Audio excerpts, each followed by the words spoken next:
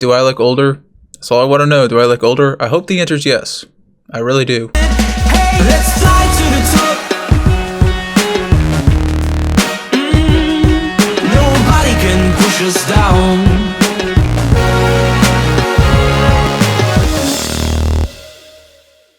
Yo, what's up, YouTube? I hit 50,000 subscribers. Let's go, baby. To celebrate the 50,000 subscriber milestone, I decided to go back to where it all started, King's Cup 2. Shout out to, let's see if I can say this right, AVI628482 for the idea.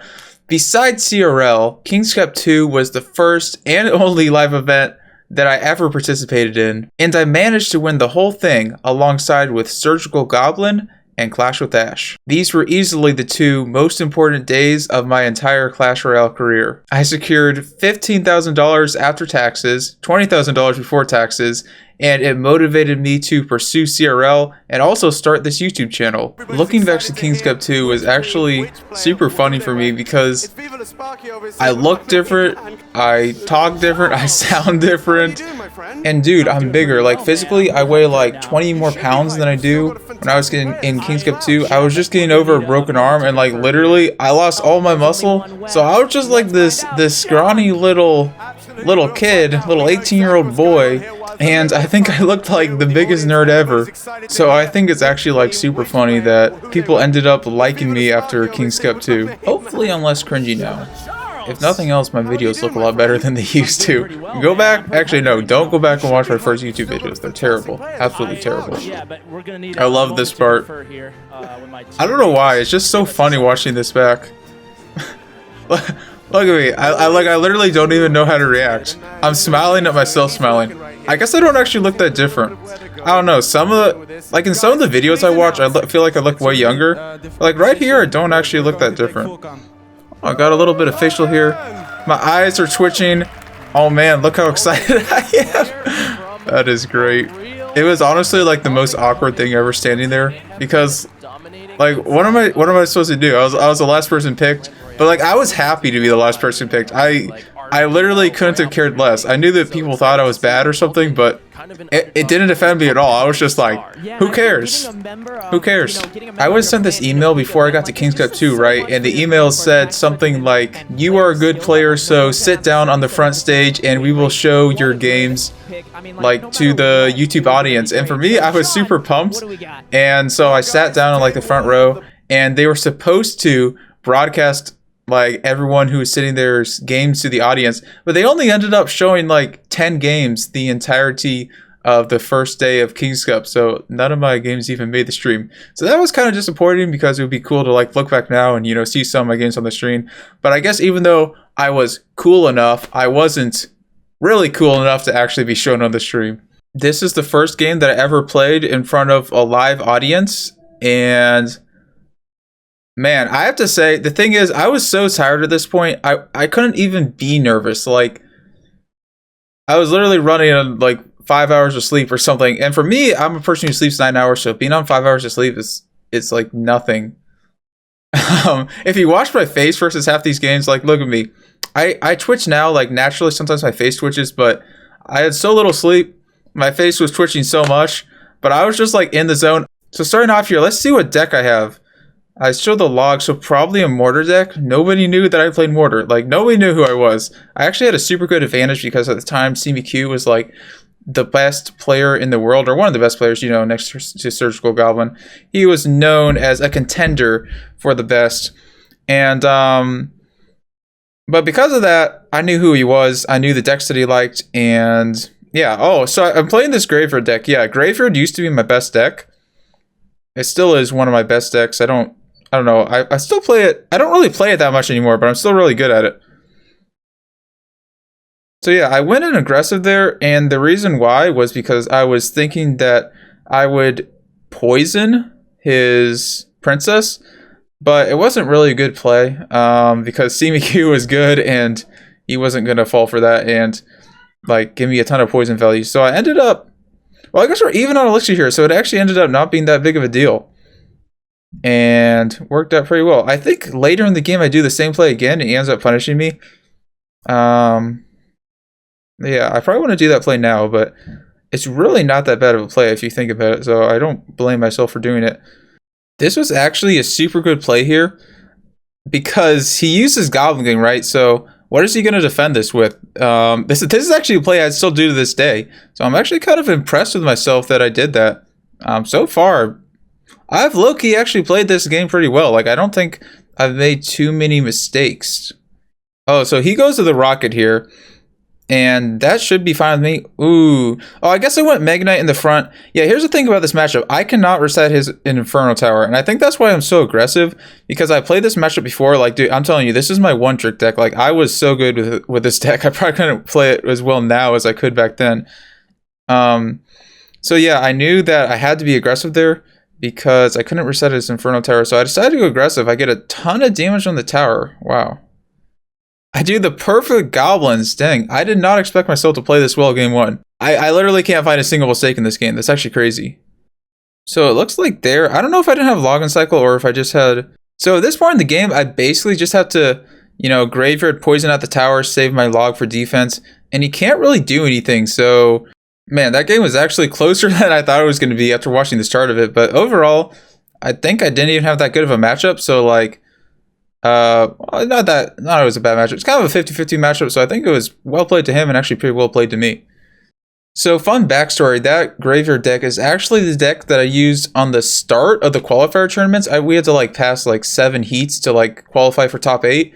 And I used that deck for like the first 2 tournaments, and then I started losing. And I think in like the 3rd round, I almost didn't qualify, but then I wasn't, I don't know, there's like a cutoff point you have to reach. I wasn't at the cutoff point.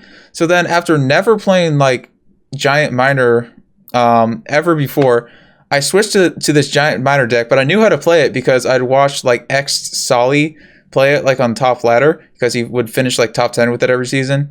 And so I copied his deck. I think I changed a couple cards, like I changed my own variation, and I played that for the rest of the tournament. I made it to counter 3 Musketeers and Expo, and I literally qualified in that tournament just by like countering 3 Musketeer and Expo players with Giant, basically. So this is actually my Mortar debut. But man, if I could go back and like teach myself Mortar, I would play it so much better than I do now. Like, I'm sorry, I play it now so much better than I did then. So the start of the game, this is not a bad play. I did actually have a lot of experience with Mortar. But I definitely wasn't like Igor level or anything. That's a really good miner. I still use that miner placement because it's like the hardest miner placement to predict versus pumps. And here you can see I actually have like a super bad matchup. I should have probably played that knight at the bridge instead of low. And did I really make any mistakes? But I mean, overall, this matchup was like a super hard counter. So it was one of those things I tried to predict the goblins, and I actually do predict the goblins. He wasn't expecting the prediction. I don't think C McHugh was even expecting me to be a good player. Like, it's kind of funny.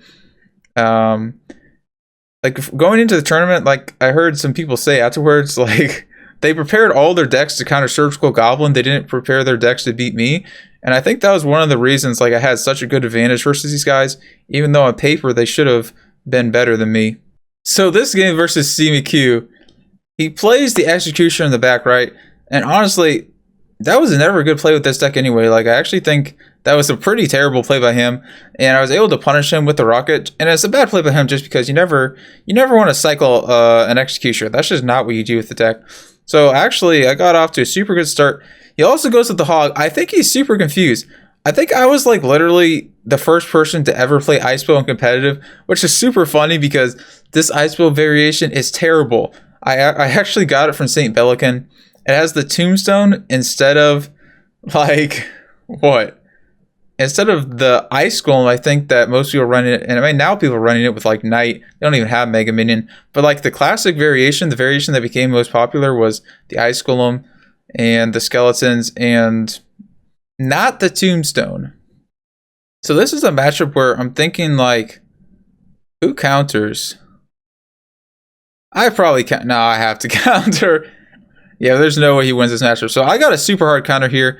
I think he had no idea I was going to play Expo. And also, I used to play Expo super aggressive, right? Because that was how... Nobody really knew how to play Expo back then. The only person who would ever do well with Expo was like some guy named Patriots on ladder. and he would always play Expo first play. So I always used to be confused about how to play Expo. I never knew if I should be aggressive with it, if I should be super passive. And now all the best Expo players are super passive. So the answer is definitely be passive. But back in the day, you would not. Most players would play so aggressive. So yeah, I beat CMQ, and really I had a good matchup there, but I honestly don't think CMQ played that game that well. Like, he definitely could have played a lot better defense, and he could have at least made the game close. But I think what he tried to do was like outcycle me, and I ended up getting a pretty easy victory in that game. So back then, Ace was like one of the most well-known players, and to be honest with you, I knew who he was, but like at the same time, I didn't think he was as good as like CMQ, and all the commentators were saying like he was better than CMQ, which is kind of interesting. I still don't know if he's better. I still don't know how good he was, because the only time I actually ever really saw him play was in the King's Cup. But I actually met him, and he was really nice, so I definitely have a lot of respect for the dude. Like, he's a really nice guy. But like, yeah, I don't know. I honestly, to this day, and then he like quit after King's Cup 2. So honestly, to this day, I never really knew how good Ace was. He like, this is like the only footage of him like in live competitive matches. So here I'm playing Expo again, and I think this was 3-deck format, right? So I had to choose 3 decks, and I guess my 3 decks were Mortar, Graveyard, and Expo, and like I couldn't switch decks, but I don't remember if it was like 3 decks per every best of 3. No, it was. Yeah, it was like every best of 3 you could only use 3 decks, so I couldn't switch decks. Like, the decks that I've showed you guys so far in this video, those are the only decks that I could use until we faced a new team. Dude, let's go back to this point. I love that I played Expo first play. That's so funny. I'm telling you, I used to not know how to play Expo, and I used to be actually like pretty good at Expo. Like, I knew like all the micro placements, I knew how to defend, I knew how to outcycle, but I never knew if I was supposed to play Expo first play or not. And if I could go back now, I would say don't play Expo first play, but somehow it actually worked out for me pretty well in King's Cup. So here's a point in the game where he decides to go super aggressive, and I don't know if I defend this or not. He went super aggressive because I just cycled my log. And do I activate King Tower? No, I do activate King Tower. Oh my gosh, that won me the game. I was kind of worried I was going to fail that there for a second. I think I was super nervous. Like, you can see my hands on my mouth because I'm just like, I don't know. When I get nervous, I start touching my face. Actually, that's not even true. When I think I touch my face, and I was thinking and I was touching my face. I have no idea why I do it, but I just do. So there, I try to split up his push with the Expo, and he goes with the P.E.K.K.A. I think he actually probably should have played the P.E.K.K.A. at the bridge. Like, probably playing a P.E.K.K.A. far back in that situation was not the best. Or maybe it was, since he didn't have poison in cycle. So I guess I can see the thought process there.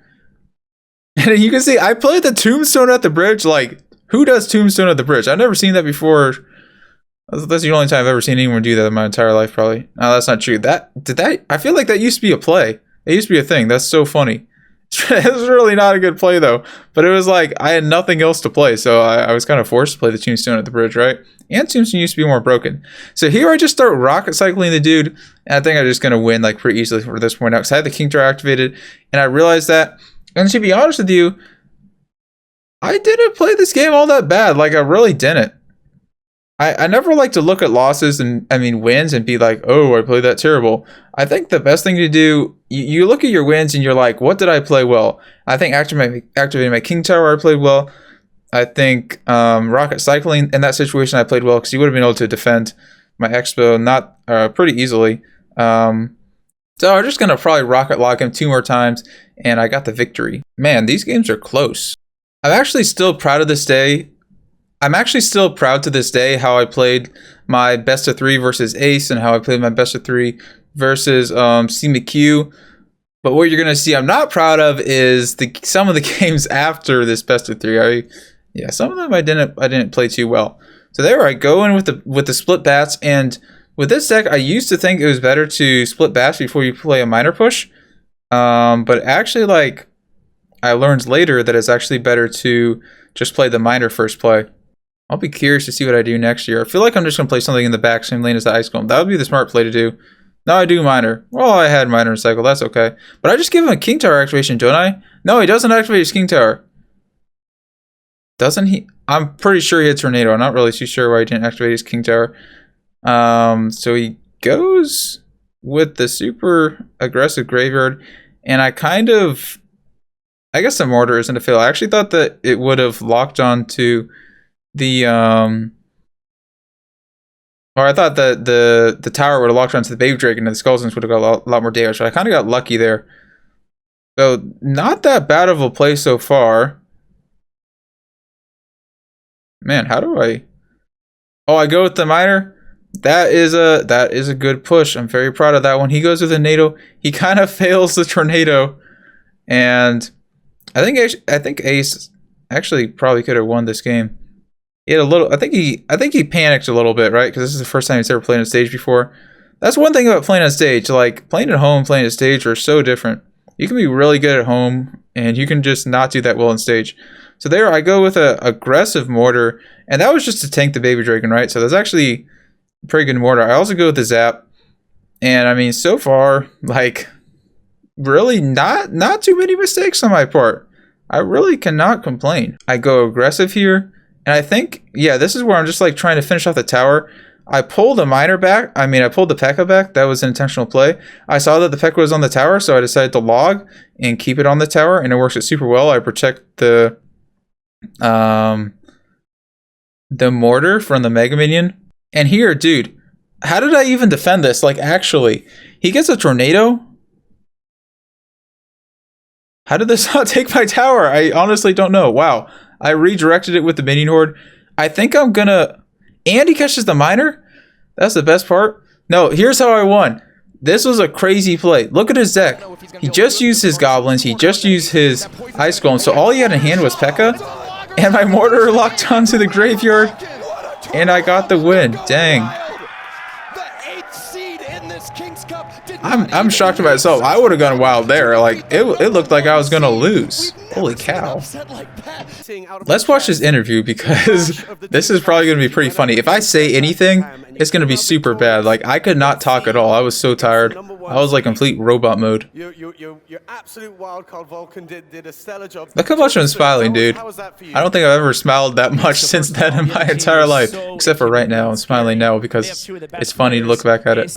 It's so funny, right? Because I have a friend, like, in real life, he's actually my youth pastor who reminds me so much of Clash with Ash. They just have the exact same personality. So it was so funny meeting Clash with Ash because I literally felt like I was talking to this dude that I knew in my life. Like, they literally act the same way. Obviously, you guys, you're down here, you were playing, you could see the direction it was going. I could see you communicating with the team. There's a lot of conversations going back and forth about who was going to come in, if it was going to be Surgical first or Vulkan. What was the shift to make that decision?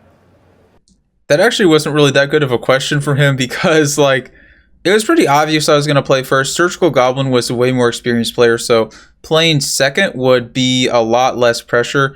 And if I were to play third, that would be like way too much pressure for the first time ever being on stage in my entire life. So, and I think that's part of the thing that got to Ace too. Like, I'm not too sure why I think they did it to be unpredictable. But, like, in retrospect, they probably should have put Ace second and CMQ third just because CMQ had more live event experience.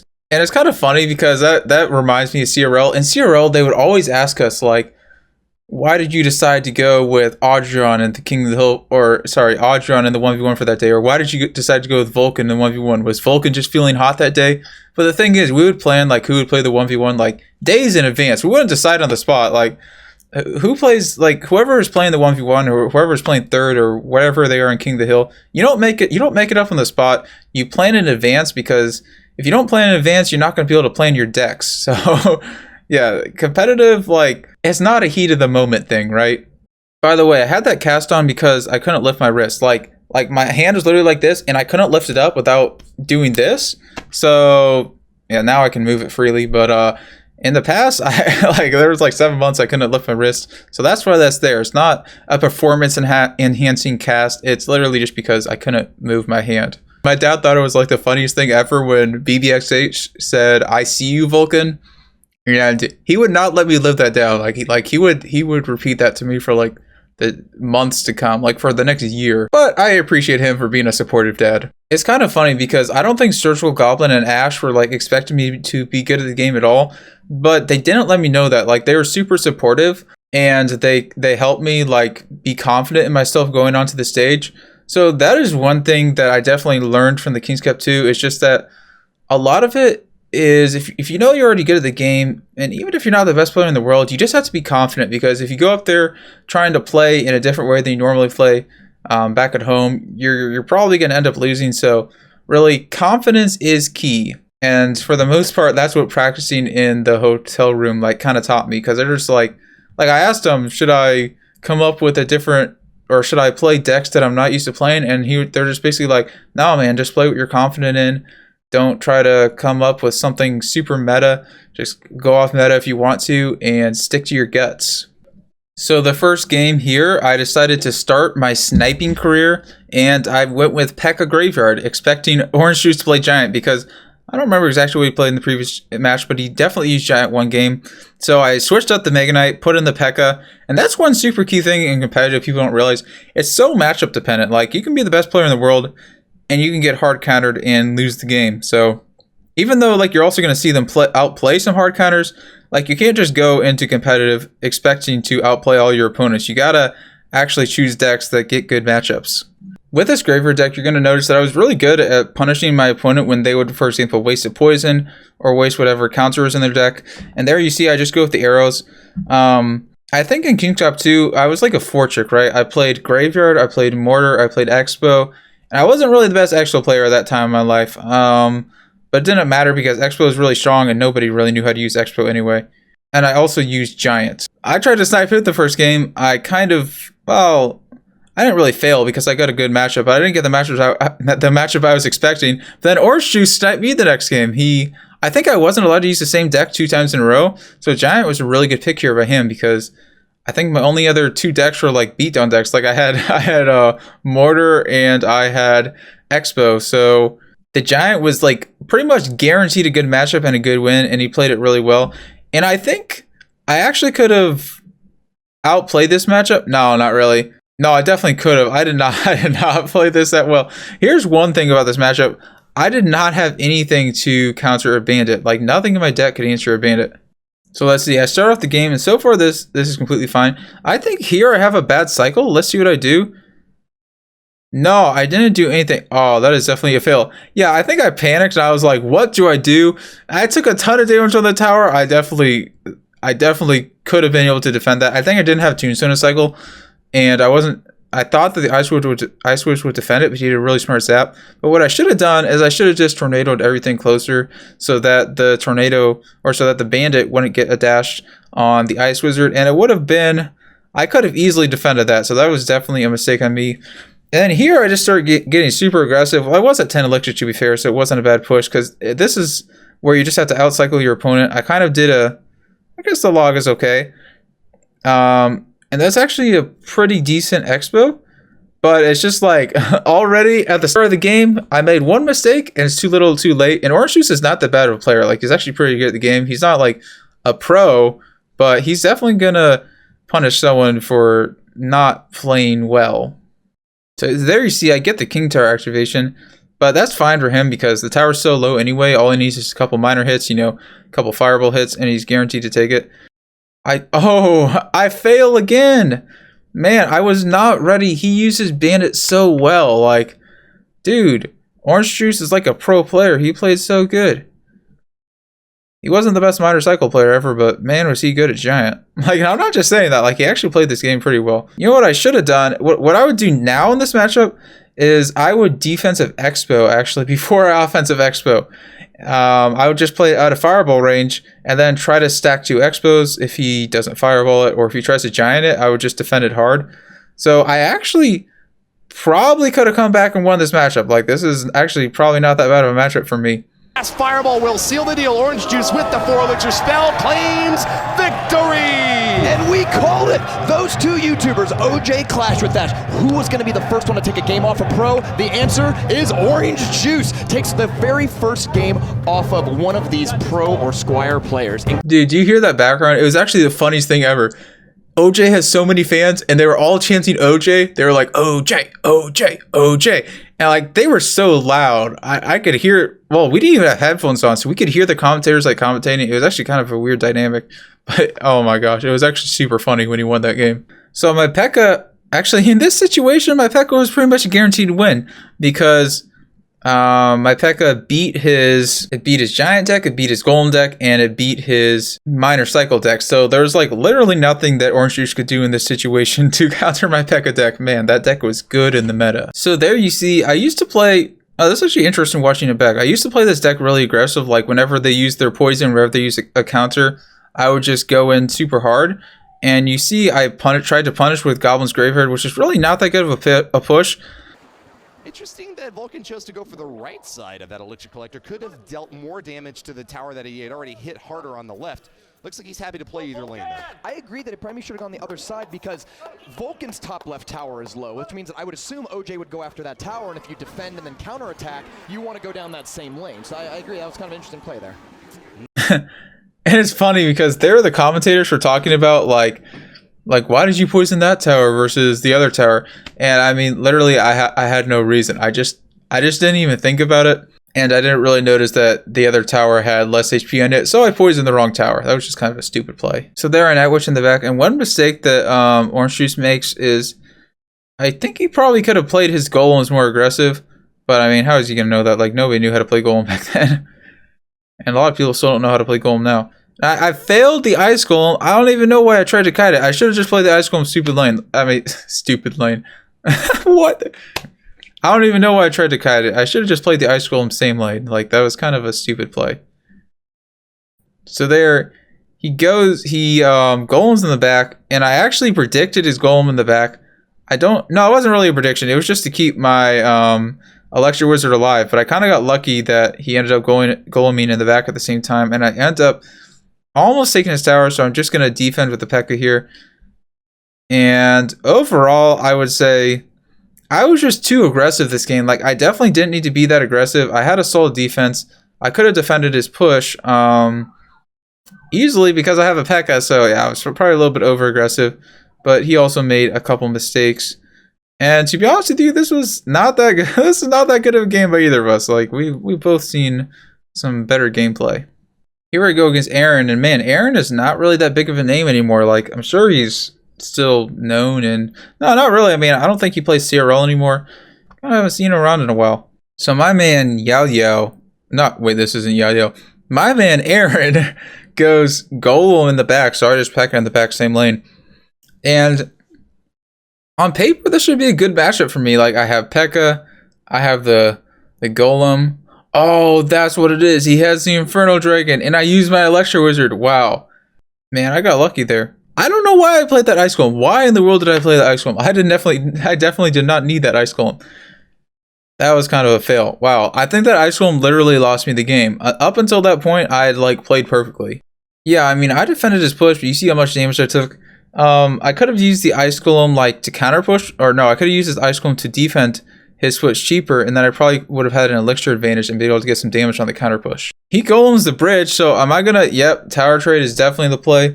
Well played to me. Oh, I Ice Golem in front, and this is actually super key because I don't have an answer to his Inferno Dragon, and I knew that, so it's actually a super good Ice Golem. And I'm just gonna use the goblins to finish it off. Yeah, I could have E-Wiz at the bridge and maybe killed that Inferno Dragon. And honestly, it might have been worth it, but like at the same time, that probably would have been overcommit. So that was an okay play by me. And then here he goes, golem in the pocket, and I completely failed my P.E.K.K.A. Wow, I played my P.E.K.K.A one tile too low. I think that was just a panic play by me. Like there was no reason I should have played my P.E.K.K.A that low. Great. I mean, there's no way for me to win at this point because he has King Tower activated. He has the Inferno Dragon, which I don't have like a zap to counter. Super good deck pick by him. And I try to dual lane pressure. This is actually kind of surprising it doesn't work out, but he does a Golem Kite, and then, yeah, he just defends it with Goblins, and I have nothing taken for the Graveyard. And wow, that Inferno Dragon just did work. It, like, annihilated that. Man, Inferno Dragon is broken. Oh, so I decided to start playing the Expo deck more defensive and not make the first play.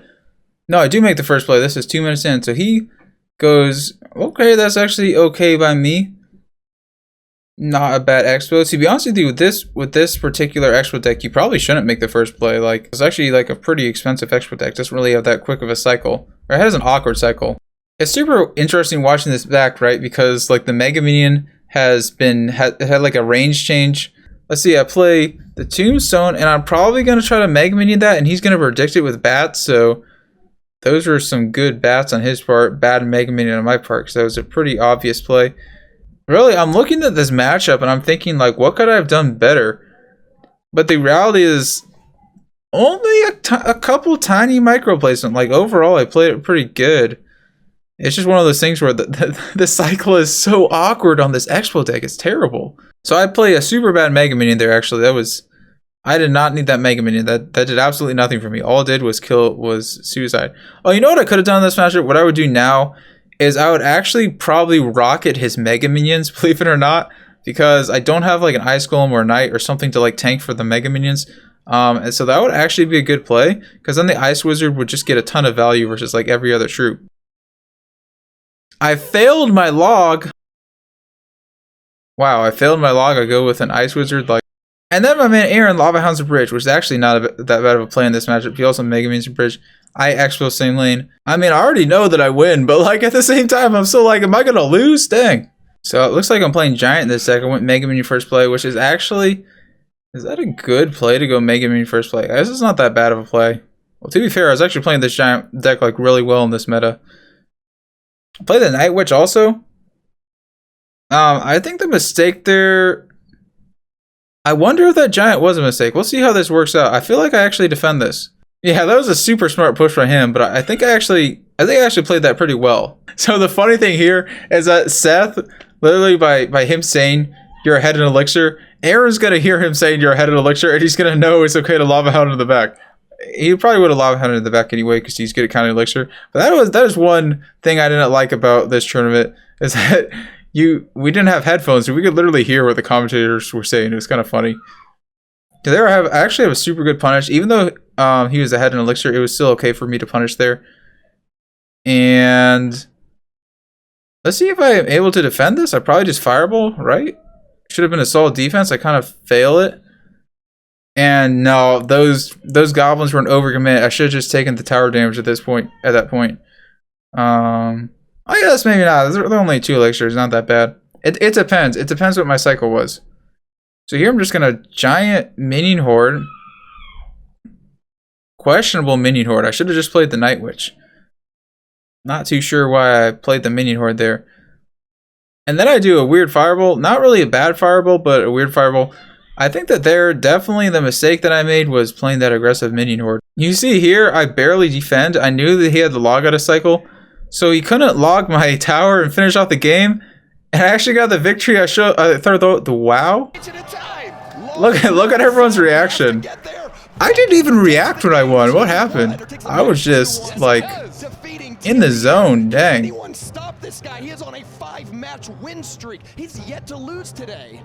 Regrets for the fans of Surgical Goblin. Haven't gotten a chance to see him perform yet. He's hanging up in that tower, rooting for his buddy down in the arena, though. Surge is having a great vacation. He's he's happy up there. Atlanta, kicking his feet up. Dude, Woody jinxed me. If Woody hadn't said that, I would have won. Woody, this is all your fault. If you're watching this video, I expect an apology over Twitter, man. Unbelievable. Oh, so it looks like it's going to be 3 Musketeer versus Expo here. And that's actually a pretty good Expo by me, because I had the Tombstone down already, so that's not bad. I think that, I don't know if I could have, I don't think I actually could log it to the Tombstone, so I don't think the log was that terrible. Kind of like well played on Soaking's part.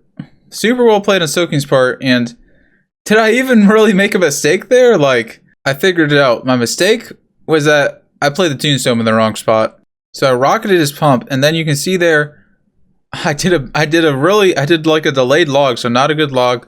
And I lost my tower, and I think he's basically just gonna destroy me on this point out. Like, what am I supposed to do? He can like literally 3 Musketeer in the pocket and take my tower, because back in the day, 3 Musketeer had an instant deploy time, and like 3M in the pocket was a scary push. You can see I used my log.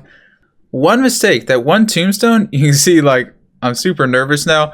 That one Tombstone cost me that game. Oh, I think I decided to repeat the same deck, so this is going to be like log bait versus Expo, so this will be kind of interesting. I wonder what my cycle was. I wish I could see it. I go with the log there. Wow, I think that was a bad log. You can see he goes literally all in, and I fail my tornado.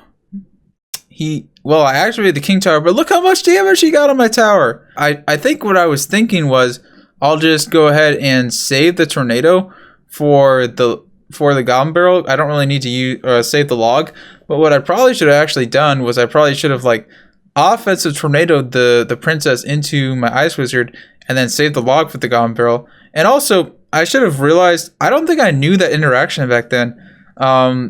Playing like the goblin barrel in like the safe spot so that it's really hard to activate the king tower. What I should have done is I should have just tornadoed everything in and like used an ice spirit or something to defend that, and I actually might have been able to defend. Yeah, and he beat me. Pretty much all he had to do was log cycle me out at that point. You can see I shake his hand, and I'm kind of disappointed, but like at the same time, oh no, I'm definitely disappointed. Okay, here's what really disappointed me. It's not that I lost, it's that he absolutely destroyed me. Like, wow, I got destroyed. What he's showing the Spock sign. But I think overall, I wasn't really that upset about it because I still won a bunch of games before and Surgical Goblin was up and I was super confident. Let's see this interview. This interview, man, I love and hate watching interviews back because, man, were they cringy, but also, like, I don't know, it's kind of fun to see because, you know, it's me. Do I look older? That's all I want to know. Do I look older? I hope the answer is yes. I really do. And saw everything. Did you think you'd be standing here now on the stage being part of this? I thought I had a chance to get top 20 for sure, but I definitely didn't see myself in the finals. I definitely didn't see myself in the finals. Man, something was wrong with my voice. Okay, but like on a real note, I did not have a lot of stage talking experience back then. So I was definitely a lot worse. And to be honest with you, I'm still not that good at talking. But I have improved a lot, and I'm hoping that within 2 years, I'll be a really good public speaker. Right now, I'm like, yeah, you know, I'm okay. I'm getting there to the point where I'm good at public speaking. But hopefully, eventually, I'm gonna be up there. I'm gonna be up with the greats. Maybe I'll be president someday. I'll be so good. Hashtag Vulkan for president. To this day, I still have no idea who Ted is. Like, I haven't seen him since King's Cup. I had never seen him before King's Cup. Maybe is he like a Chinese YouTuber or something? Maybe that's what it is. Maybe he streams on like, or makes videos on platforms like other than YouTube, which is why I don't know who he is. But yeah, this dude was like low-key a pro player in disguise. Like, he was so good. He was definitely the best YouTuber at this tournament. And I don't think he actually won any games versus any pros, but I think that he made it super close and he consistently beat every single YouTuber that he faced. So neither of us made the first play because I probably had P.E.K.K.A. and he had Golem, so it kind of makes sense neither of us made the first play. Although he probably should have just played the Elixir Pump. Kind of weird that he didn't. Actually, no, it's not weird. It's actually probably a good play. No, is it? Not really that bad of a play of him to wait. You just wouldn't really expect him to. So you see, I attack while he's attacking, and probably a bad attack by me. Do I lose this? Wow, I surprisingly pull up this defense. Interesting by me going in with, I think I would in with the graveyard because I had a bad cycle. It would depend what my cards are. Because like, right, if I have poison, arrows, Ice Golem, graveyard, and cycle, I kind of have to graveyard at that point. I don't know. Yeah, I go with the prediction arrows. Wait, who wins this? Wow. That was close. So this game is a Mega Knight matchup where he probably has Balloon. I decided to go in with the graveyard. And the log does, oh, the log actually kills everything. Wow, that's actually kind of surprising that the log killed everything. But here you're going to see, how am I going to defend this push?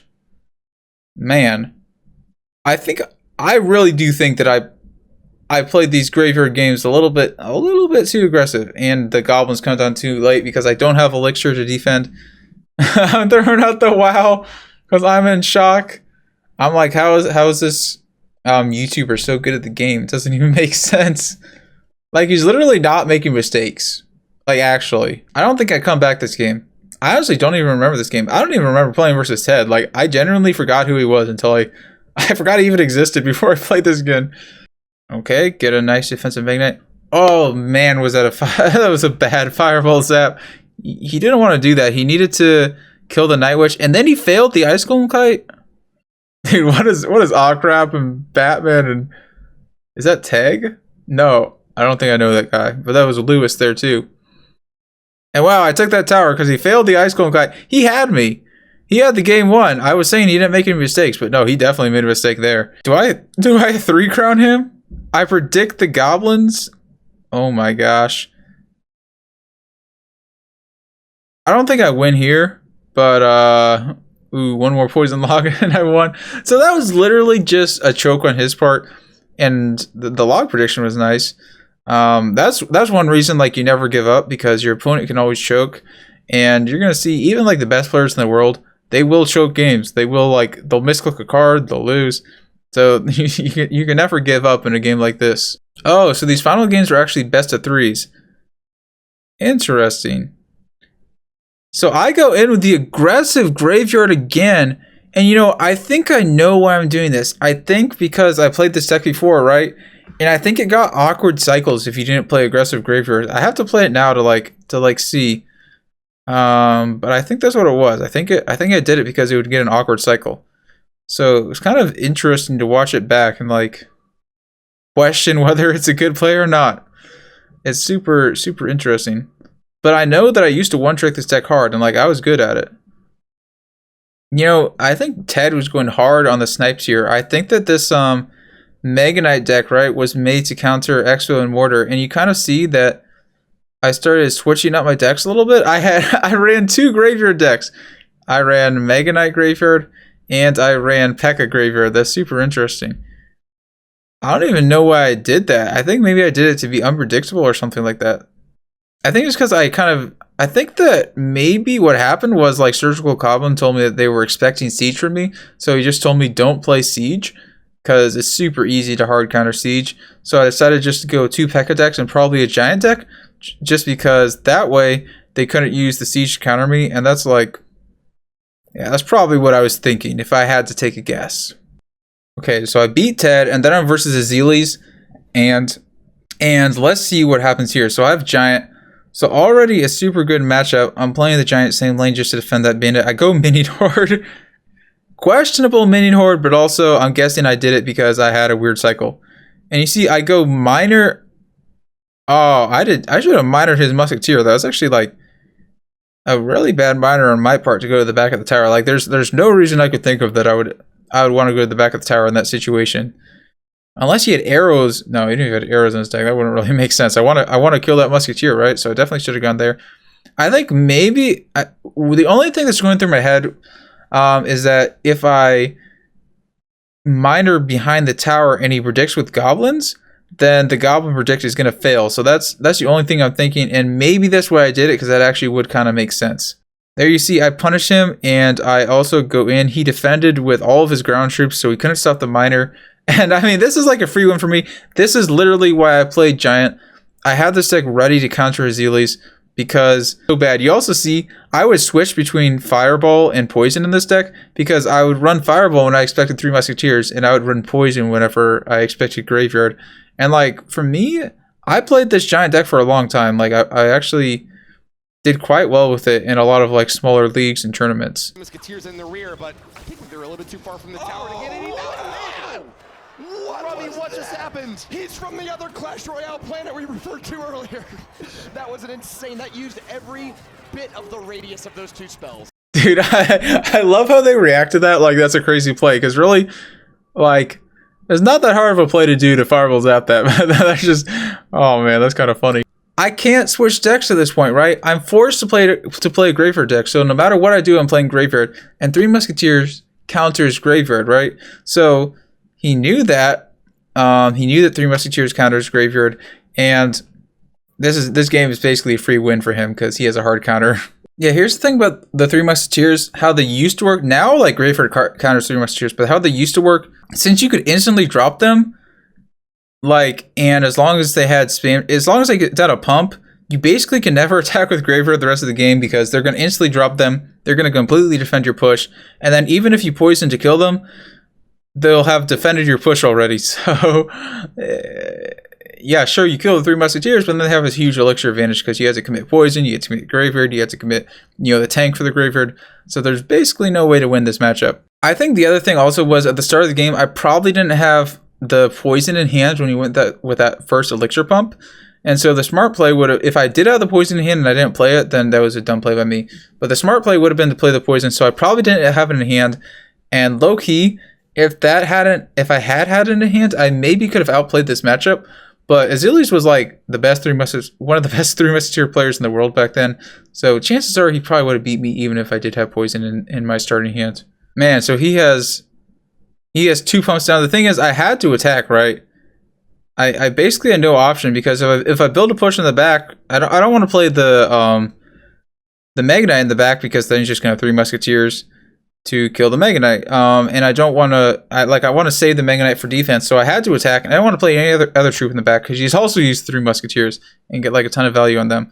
So here you see he splits the 3 Musketeers, and he actually did like maybe not that good of it. Well, he did it so that I couldn't poison the tower, so I guess maybe it was a good split. But then I bring down the Mega Knight. I get really good value, so even though my Graveyard did no damage, I get, and I also counter, or I pressure with the Night Witch. Super good Night Witch. Man, I need to pick up this deck again and play it for fun.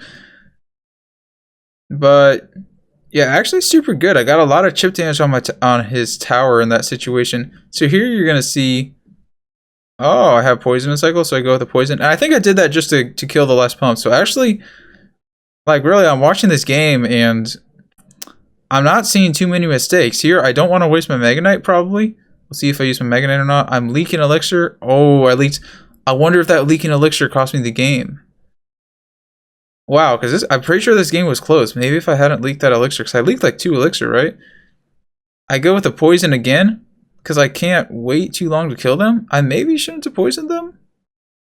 I'm kind of wondering if that poison was even good. Because I had the Mega Knight, so I didn't really need to save the poison. I should have just stacked all my troops in the 1 Musketeer lane. Alright, I mean, I didn't. I should have saved the poison for the pump, sorry. So, man, this is close. I almost take it. I have to Mega Knight the other side. Wow, I think that last Mega Knight, I had... Maybe the poison set me down in Elixir just enough to where I wasn't able to defend this push. And nice bats by him. And wow, I would have. Thing is, man, that was pretty well played by him at the end. I feel like I actually could have won that. Maybe I shouldn't have poisoned. And maybe I shouldn't have Mega Knighted at the end there because he already had so many troops down in the other lane. Okay, here we go. Probably running the same deck again if I had to guess. And it looks like Azilius is running... Man, this deck is still popular to this day. Hog, Mini P.E.K.K.A. with the Princess. So I go P.E.K.K.A. at the bridge to kill that. Do I Graveyard? No, I don't want to Graveyard here because I knew that he had bats, right? And I didn't have enough Elixir for the arrows, so it would have been too aggressive of me to Graveyard. But the P.E.K.K.A. was actually... It was okay. Dang, I got off to a huge start here. How do I choke this? So go Ice Golem in the back. And we'll see if I just poison this princess. I probably don't want to poison if I have another card yet. That's a good play. And then he just goes all in. So do I have P.E.K.K.A.? So I have P.E.K.K.A. This is a good P.E.K.K.A. But, ooh, with the Ice Spirit, it's going to get a lot of damage on my tower. Wow. We'll see. I want to Graveyard on the left side now, right? So we'll see if I do that. I do Graveyard on the left side. Wait, now I'm just confused. Does he win this game? I thought he won this game, but now it's looking like I'm going to win this game. That was a nice defense by him, wow.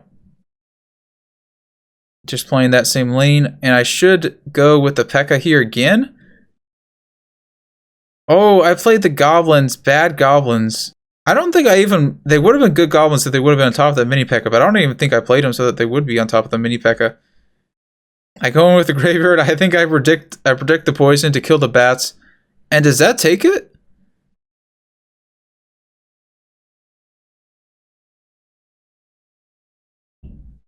Okay, I got that victory. So now here, Azilius knows that either I have to use Giants or I have to use Mega Knight Graveyard, I think. Because I think you could switch decks. I think you're just going to play the same deck two times in a row. I think it was okay to repeat a deck in the best of 5. So we're just kind of playing troops. I'm of course waiting to make the first play in this deck because it's so expensive.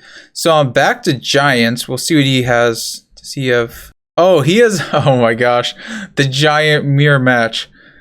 And man, I qualified with the tournament, for the tournament with Giant, so I was feeling pretty confident. But I don't think I ever faced any giant mirror match in like the entire tournament. So I had never played this matchup before. So I attack, and ooh, that's a really good attack because I assumed that he didn't have the log in his deck. So I go in aggressive, but maybe the zap wasn't too good. Yeah, imagine if I had a zap right now. Bad zap. So I am actually ahead here, and you're seeing I'm doing pretty good. So only one tiny misplay by me, but I think we're gonna see here is maybe where I get in a bit of trouble. Let's see what goes wrong. So do I high minion horde? If I do, it's probably not a good play. Oh no, I minor. And I do a bad fireball. So, wow. Bad minor, bad fireball, and he just completely spams me.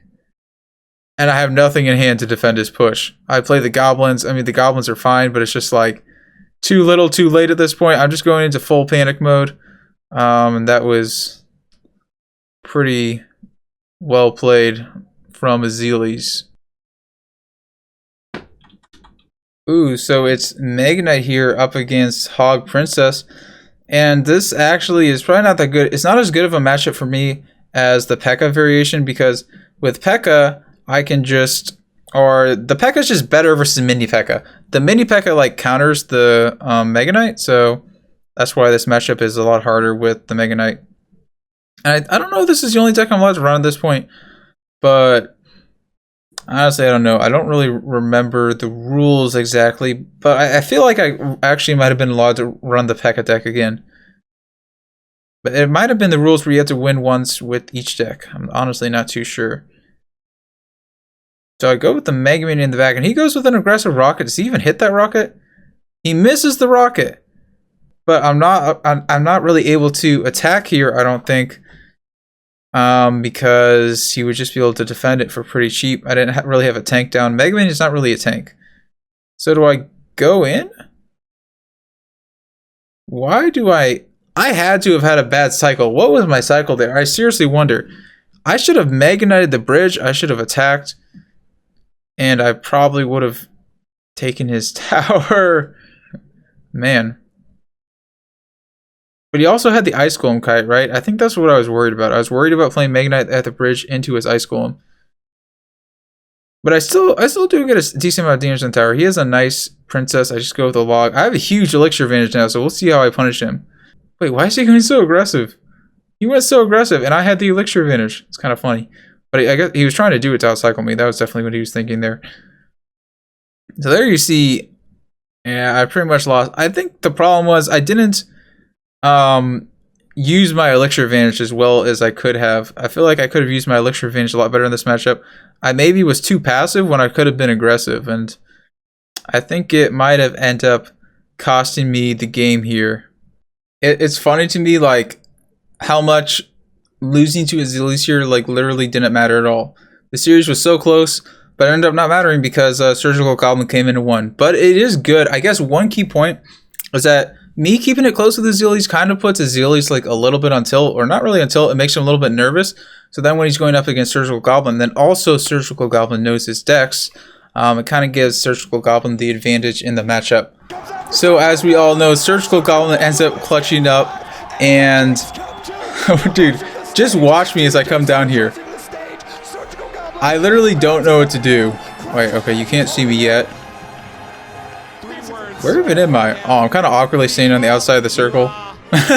All the Team Queso players, all the people who know each other were hugging each other, and then Ash goes over there and he says, you know, well played to Ash and good job. He still got second place, so really nice of Ash to like go out of his way to be nice to the other person.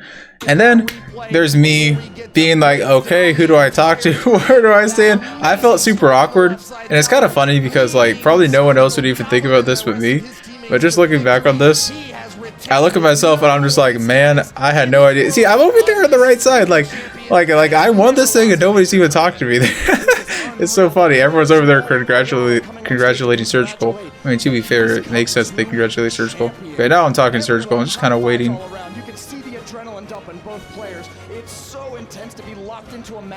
Wait, what are they huddling around there on the left? Maybe they were saying GG's to Action?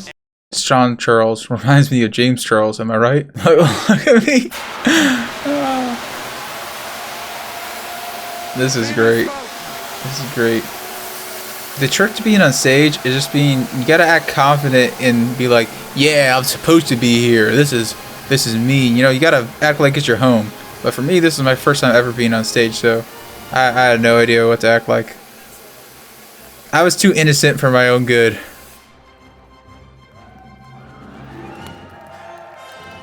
Pat, I've got to ask you, mate. It's been a long 2 days.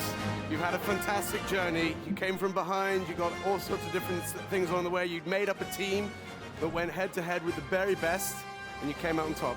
What are you thinking?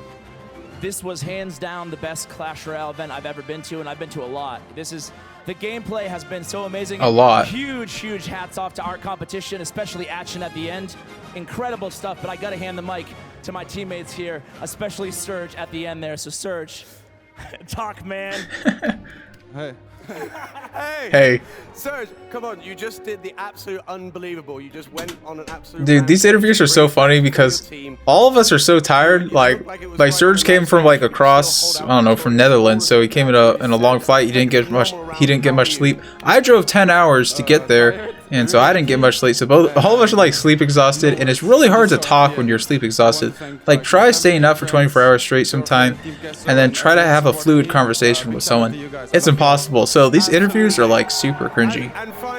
Listen to this. This is good. Going into this event, I could not have dreamed of being with Clash with Ash and Surgical Goblin. They're the best teammates, and practicing with them was amazing. So great. So great.